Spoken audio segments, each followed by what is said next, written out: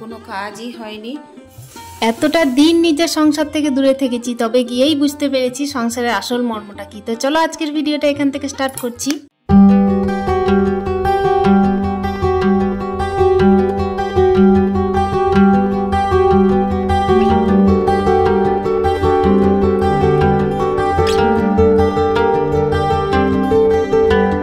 তো hello everyone, good morning. আর সকাল সকাল দেখো আজ অনেক দিন পর কিন্তু নিজের বাড়িতে সকাল সকাল চা খাবো, তারপর ব্লগও স্টার্ট করছি, তার সাথে হচ্ছে সকালের কাজও স্টার্ট করছি। তো চলো দেখা যাক। অনেক রাত্রে বাড়ি এসেছি, মানে 1:30 এরম হবে। এবার রাত্রে বাড়ি এসে আর ইচ্ছা করছে না ঘুম থেকে উঠতে। আর রাত্রে এসে স্নান করেছি, একটুখানি নিজের ঘর না বাথরুম পরিষ্কার করেছি, মানে দেখে মনে হচ্ছে এটা করি ওইটা করি। এসে আবার ঘরটা ঝাঁটও দিয়েছি, জানো, মানে মনে হচ্ছে যে ঘরে এসে না নিজের কাজ করি, তাই মনে হচ্ছে আমার যেন এখানেই সব কিছু এতটা মানে ভালো লাগছিল। নিজের বাড়িটাকে মনে হচ্ছে জড়িয়ে ধরে ফেলি, এতটা ভালো লাগছিল। আর এদিকে প্রচণ্ড পরিমাণে লেট হয়ে গেছে, দেখতেই পাচ্ছ 9টা বাজতে যাচ্ছে, 9টাই বাজতে যাচ্ছে প্রায়। এদিকে কোনো কাজই হয়নি, আর মনে হচ্ছে ঘুমিয়ে থাকি বা এমনি শুয়ে থাকি, আর কোনো কাজ করবো না, এতটাই ক্লান্ত। তো ব্লগের শুরুতে তো তোমাদেরকে অনেক অনেক ওয়েলকাম। আজকে সারাদিনের মানে বাড়ির জার্নিটা তোমাদের সাথে শেয়ার করি। আর বাড়িতে ফিরে এসেছি, বুঝতেই পারছো, বাড়িতে ফিরে আসা মানে সমস্ত কিছু পেয়ে যাওয়া। এর বাইরে মেয়েদের আর আছে কি, সব কিছু জড়িয়ে এটাই। সে যেখানে যত বড় বড় মানে তুমি 7 স্টার হোটেলে গেলেও এই সুখটা পাবে না, যেটা তোমার বাড়ির ছেঁড়া কাঁথাই পাবে। সত্যি কথা বলছি না, বলো? তো চলো বেশি বক বক না করে গুড মর্নিংটা তো জানালাম, নাকি জানাইনি মনে পড়ছে না। চলো চলো কাজগুলো করি এবার। বাসনগুলো ধুতে ধুতেই কিন্তু বেরিয়েছিলাম একটু বাইরে অনেকজনের সাথে দেখা হচ্ছিল, তাই কথাও হচ্ছিল কিভাবে এলাম, কখন এলাম, আর এতদিনের জার্নিটা কেমন গেল, এইসবই কথাবার্তা আর কি শেয়ার হচ্ছিল।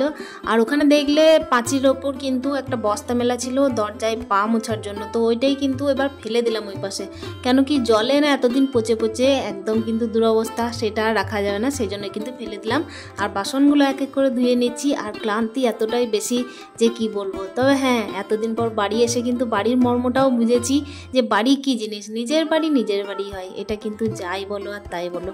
তো দেখো এখানে কিন্তু বাসনগুলো মেজে নিই, তারপর তো আস্তে আস্তে কাজ চলতে থাকবে। তবে হ্যাঁ, লেটটা একটু বেশিই হয়েছে, ঘুম থেকে উঠেছি যেহেতু দেরিতে, সেহেতু কাজও হবে দেরিতে, তো কিছু করার নেই। তবে হ্যাঁ, নিজের বাড়ির কাজ যে এতদিন পর করছি না, সেটা কষ্ট হলেও কিন্তু খুবই ভালো লাগছে। কেন কি এতদিন বাইরে থেকে তবে গিয়ে বাড়ির মর্মটা সত্যি সত্যিই বুঝেছি, আর মনে হচ্ছে না যে বাড়ি ছেড়ে কোথাও যাই। তো ওদিকে কিন্তু বাসনগুলো ধুয়ে নিয়ে এদিকে জানলাটা খুলতে এসেছি, জানলাগুলো তো খোলা হয়নি। আর আস্তে আস্তে সমস্ত জিনিস যেভাবে হাত দিচ্ছি, সেভাবে মনে হচ্ছে যেন অনেক দিন পর যেন আপন কিছু ছোঁয়া পেলাম। আর এটাই হয় হয়তো, অনেক দিন বাড়িতে না থাকলে মনের মধ্যে কিন্তু এই ফিলিংসটাই কাজ করে।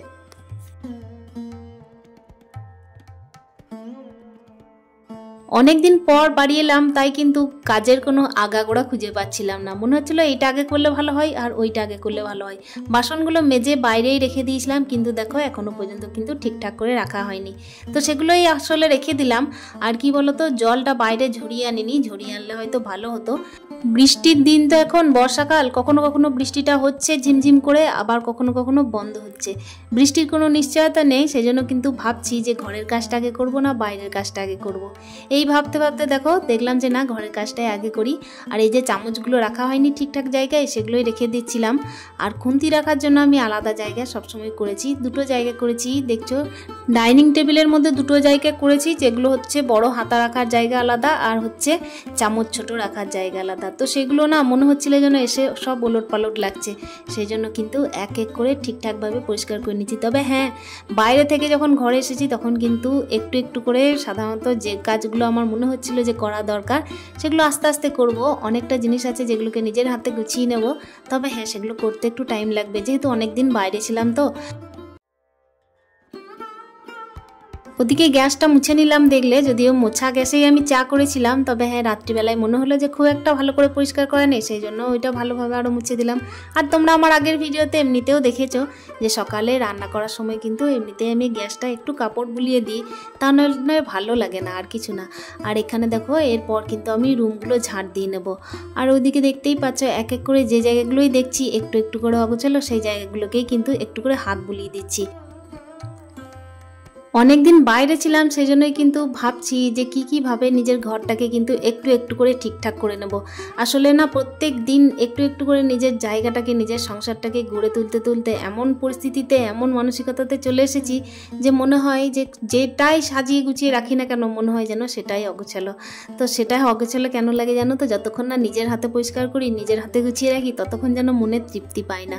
আসলে কি যে আমরা এমন সংসারের মায়ায় বেঁধে পড়েছি যেটা কিন্তু অন্যরা কেউ বুঝবে না। আসলে নারীরা বুঝবে, অন্যরা কেউ বুঝবে না। নারীরা বুঝবে, তবে হ্যাঁ, সেটা অন্য পুরুষের দ্বারা বোঝা সম্ভব নয়। আমরা মেয়েরাই বুঝি সংসার থেকে দূরে থাকলে কতটা কষ্ট হয়, আর সংসারে ফিরে এলে কতটা মায়ের বন্ধনে বেঁধে যায়।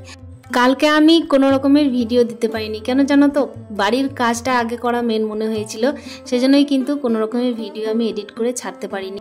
চলো তাহলে এদিকে তোমাদের সাথে গল্প করতে করতে দেখতেই পাচ্ছ ঝাড় দেওয়া চলছে। আর যারা যারা আমাকে ব্যাঙ্গালোরে থাকতে এত এত ভালোবাসা দিয়েছো, বাচ্চাটার জন্য জিজ্ঞেস করেছো, খবর নিয়েছো, আশীর্বাদ করেছো, তাদেরকে আমার অনেক অনেক ধন্যবাদ, অশেষ ধন্যবাদ তাদেরকে, যারা বাচ্চাটার শুভকামনা সব সময় করেছো। ওদিকে নিচের কাজগুলো হয়ে গেছে, আর এদিকে আমি কিন্তু স্নান করে নিলাম। দু একটা কিন্তু জামা কাপড় কেচেছিলাম, রোদটা খুব একটা ওঠেনি, সেজন্যই কিন্তু দু একটাই কেচেছি। তবে হ্যাঁ, অনেকটাই কাপড় জামা জড়ো হয়ে আছে, সেগুলোকে কিন্তু কাচতে হবে। এদিকে কতদিন যে নিজের ছেলেকে খেলতে দেখিনি নিচে, তো সেটা দেখে কিন্তু অনেকটাই চোখে তৃপ্তি লাগছিল।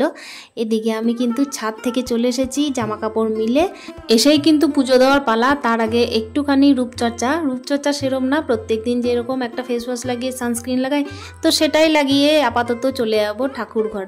তার আগে তো পুজোর বাসনগুলো ধুয়ে নিতে হবে। আর হ্যাঁ, তোমাদের সাথে গল্প করতে করতে কিন্তু আমার অনেকটাই কাজ বাড়ির হয়ে গেছে। আর অনেক দিন যাবৎ কিন্তু এভাবে আয়নার সামনে, নিজের বাড়ির আয়নার সামনে দাঁড়িয়ে চুলটুল আঁচড়াইনি, সিঁদুর পরিনি, সেগুলোও কিন্তু অনেকটা মিস করছিলাম যে কতদিন আগে ছেড়ে গেছি, কতদিন আগেকার ভিডিওতে দিয়েছি হয়তো তার নেই ঠিক, আর আজকে দিচ্ছি। মনটা বেশ ভালোও লাগছে, নিজের বাড়ি ছেড়ে থেকেছি, এতদিন পর মর্মটা বুঝেছি। সত্যি করেই এর সুখটাই কিন্তু আলাদা রকম। আর এদিকে দেখতেই পাচ্ছ বাসনগুলো কিন্তু আমার অলরেডি ধোয়া হয়ে গেছিলো। ওদিকে কিন্তু আমি গেছিলাম জলের জন্য ট্যাঙ্কিটা আর কি চালাতে, মানে মোটরটা চালাতে। তো তারপর এসে কিন্তু বাসনগুলো এই যে ভরে নিচ্ছি এক এক করে। আসলে কাজের তাড়াটা এতটাই বেশি যে সমস্ত কিছু কিন্তু আজকে ভিডিওর মধ্যে দেখাচ্ছি না, অনেকটাই দেখানোর চেষ্টা করছি। তবে হ্যাঁ, কাজটা আগে করব, তারপর নিজের সংসারটাকে প্রায়োরিটি দেওয়ার চেষ্টা আগে করব, তারপর কিন্তু ভিডিও বানাবো। কিন্তু কি বলতো, ভিডিও না বানালেও না মনটা বেশ খুব একটা ভালো লাগে না। কালকে যেরকম দেখো ভিডিও এডিট করে ছাড়িনি, তাই দেখলাম যে না, মনটা তো সত্যি সত্যিই যেন মানে কি বলবো, ভালো লাগছিল না, আর কিছু না। আর কি বলতো, আমি কিন্তু একটা নিজস্ব একটা টার্গেট নিয়েছিলাম যে প্রত্যেক দিন কিছু না কিছু ভিডিও ছাড়বো। তবে কোনো দিন না, এই যে বাইরের জার্নিটা একটা হয়ে গেল, সেই জার্নির জন্য শরীরটাও যেন কোনো একটা জায়গায় জবাব দিয়ে দিচ্ছিল, আর কিছু না। ওদিকে যেই পুজোর বাসনগুলো আমি ধুয়ে তারপর এই যে গামলার মধ্যে রাখছিলাম, তারপর দেখছি ট্যাঙ্কি ফুল হয়ে গেছে। তো দৌড়ে গেলাম মোটরটা বন্ধ করতে, তারপর দেখছি ফুলটা তো তোলা হয়নি, তার জন্যই কিন্তু দেখো এই যে ফুল তুলতে চলে এসেছি। আর কি জানো তো, সকাল সকাল না আমি ঘুমতে করতে দেরি করেছি, ওদিকে কিন্তু কয়েকটা পাড়ার বাচ্চা, ছোট বাচ্চারা কিন্তু আমাদের গাছের ফুলগুলো সব পেরে নিয়ে গেছে।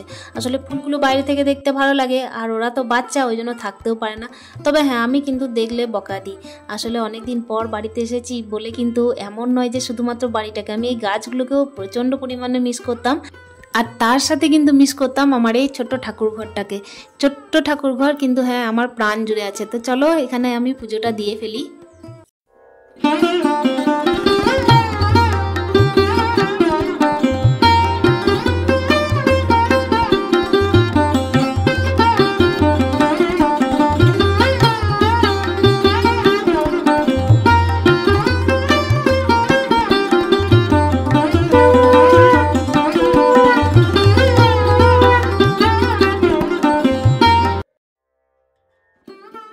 ওদিকে আমার পুজো কমপ্লিট, তারপর কিন্তু চলে এসেছি ছোট্ট রান্নাঘর। তবে হ্যাঁ, রান্নাঘরে কিন্তু এর আগে আমার পিসিমণি আর মা মিলে কিন্তু ভাতটা করে দিয়েছিল, ভাতটা আর ডালটা সিদ্ধ হয়ে গেছিলো। সবজিগুলো আমি কিন্তু করিনি, তো সবজিগুলো এগুলো করে নিলাম, আর পিসিমণি কিন্তু সবজি কেটে দিতে হেল্প করেছিল। তবে হ্যাঁ, পিসিমণি আর থাকবে না, চলে যাবে। আমরা প্রত্যেকটা মেয়েই কিন্তু নিজের সংসার ছেড়ে বেশি দিন থাকতে প্রচণ্ড পরিমাণের কষ্ট পাই, তো পিসিমণিরও তাই নিজস্ব সংসার ছেড়ে থাকতে কষ্ট হচ্ছে। আজকের দিনটা খুব জোর করে আটকে রাখলাম, তো দেখো চলে তো যাবেই। আর এদিকে আমার রান্না বান্না হয়ে গেল, তারপর কিন্তু প্রত্যেক দিনের মতো যেভাবে কাজ চলতে থাকে নিজের সংসারের টানাপোড়েন, সেগুলো কিন্তু চলতেই থাকবে। চলে এসেছি ব্যাংকে, তো চলো দেখা হচ্ছে নেক্সট ব্লগে। ততক্ষণের জন্য স্টে হ্যাপি, হ্যাপি মন, টাটা।